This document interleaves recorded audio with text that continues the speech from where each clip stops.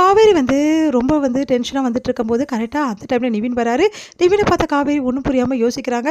உடனே நிவின், காவேரி இப்படி நடந்ததுக்கு சாரி காவேரி, என்னை வந்து வச்சு உன்னை வந்து இந்த மாதிரி பண்ணிட்டாங்க, எனக்கு ரொம்ப கஷ்டமாக இருக்குது காவேரி, என்னால் தானே உனக்கு இவ்வளோ கஷ்டம் அப்படின்ற மாதிரி சொல்கிறாரு.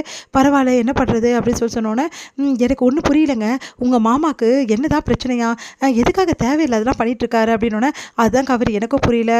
சரிங்க, நீங்கள் கல்யாணம் பண்ணிக்கிறதுக்கும் எனக்கும் என்ன சம்மந்தம் இருக்குது, எதுக்காக தேவையில்லாமல் வந்து நீங்கள் கல்யாணம் பண்ணிக்கணும் ராகினியன்னு சொல்லிட்டு என்ன வந்து இந்த மாதிரி கூட்டின்னு போயிட்டு இப்படி டார்ச்சர் பண்ணாங்க, எனக்கு ஒன்றும் புரியல அப்படின்னு சொல்லி சொன்னோன்னே, அதான் காவேரி எனக்கும் ஒன்றும் புரியல அப்படின்ற மாதிரி சொல்கிறாரு.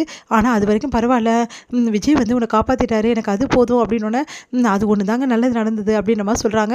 அவர் மட்டும் வரலன்னா அவ்வளோதான் அப்படின்னு சொல்லிட்டு பேசிட்டு இருக்கும்போது, சரி காவேரி ஒரு விஷயம், விஜய் வந்து வரும்போது என்கிட்ட ஒரு விஷயம் சொன்னார், என்ன சொன்னார் உங்ககிட்ட அப்படின்னோடனே, இந்த மாதிரி 11 மாதம் மட்டும் வெயிட் பண்ணுங்கள், நீங்கள் வந்து எந்த பொண்ணையும் கல்யாணம் பண்ணிக்காதீங்க, சீக்கிரமாகவே நல்லது நடக்கும் அப்படின்னு சொல்லிட்டு சொன்னார், நீங்கள் நினச்சபடி நடக்கும்னு வேறு சொன்னார்.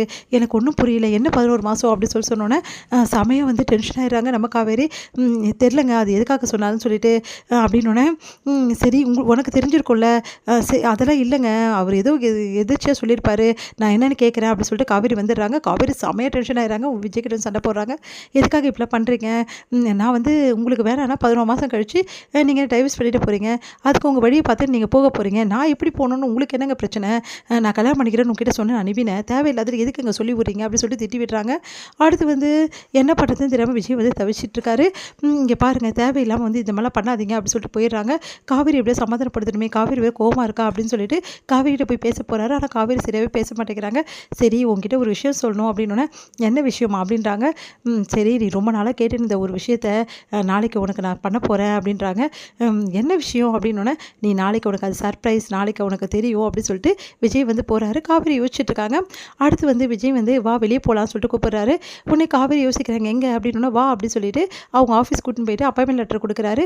அதை பார்த்த காவேரி வந்து என்னங்க அப்படின்னு சொல்லி சொன்னோன்னே, ஆமாம் இதுக்கப்புறம் என் ஆஃபீஸில் நீ வேலை செய்ய போகிற, போதுமா உனக்கு எவ்வளோ நாளாக நீ கேட்டுட்டு இருந்த அப்படின்னோடனே காவேரி ரொம்ப சந்தோஷப்படுறேன். நிஜமாக சொல்கிறீங்க, ஆமாம் நிஜமாக தான் அப்படின்ற மாதிரி சொல்லிட்டு இருக்காரு. காவேரி ரொம்ப சந்தோஷப்படுறாங்க. அடுத்து வந்து அந்த அப்பாயின்மெண்ட் லெட்டர் வாங்கிட்டு இந்த மாதிரி வேலை கிடைச்ச விஷயத்தை அவங்க வீட்டில் எல்லாருக்கிட்டையும் சொல்கிறாங்க. உடனே வந்து இதில் என்ன சந்தோஷம் இருக்குது, உன் புருஷனோட ஆஃபீஸில் வேலை செய்ய போகிறேன் அப்படின்ற மாதிரி சொல்கிறாங்க. இங்கே பாருங்கள், நான் வந்து புருஷனோட ஆஃபீஸில் வேலை செஞ்சாலும் நான் ஒரு எம்ப்ளாயாக தான் வேலை செய்கிறேன், நான் வந்து அவரோட ஒய்ஃபாக ஒன்றும் வேலை செய்யலை, புரியுதா அப்படின்னோடனே, என்னடி நீ புதுசாக என்னென்னமோ சொல்கிற, உன்னோட கம்பெனி தானே அது, அவரோட கம்பெனி என்னோட கம்பெனி மட்டும் இல்லை, புரியுதா, அதுக்கப்புறம் இந்த வேலை எனக்கு ரொம்ப இம்பார்ட்டன்ட், எதுக்குடி நீ எல்லாம் வேலைக்கு போகணும், பின்ன வேலைக்கு போகாமல் உன் பொண்ணு காசு கேட்குறாங்களே எப்படி கொடுக்குறது, அப்பாவோட காசை நான் தான் திருப்பி கொடுக்கணும் அப்படின்னோடனே, நீ புதுசாக என்னென்னமோ சொல்கிற அப்படின்னோடனே கங்கா வந்து காவேரியை பார்க்குறாங்க. இது முடியும்.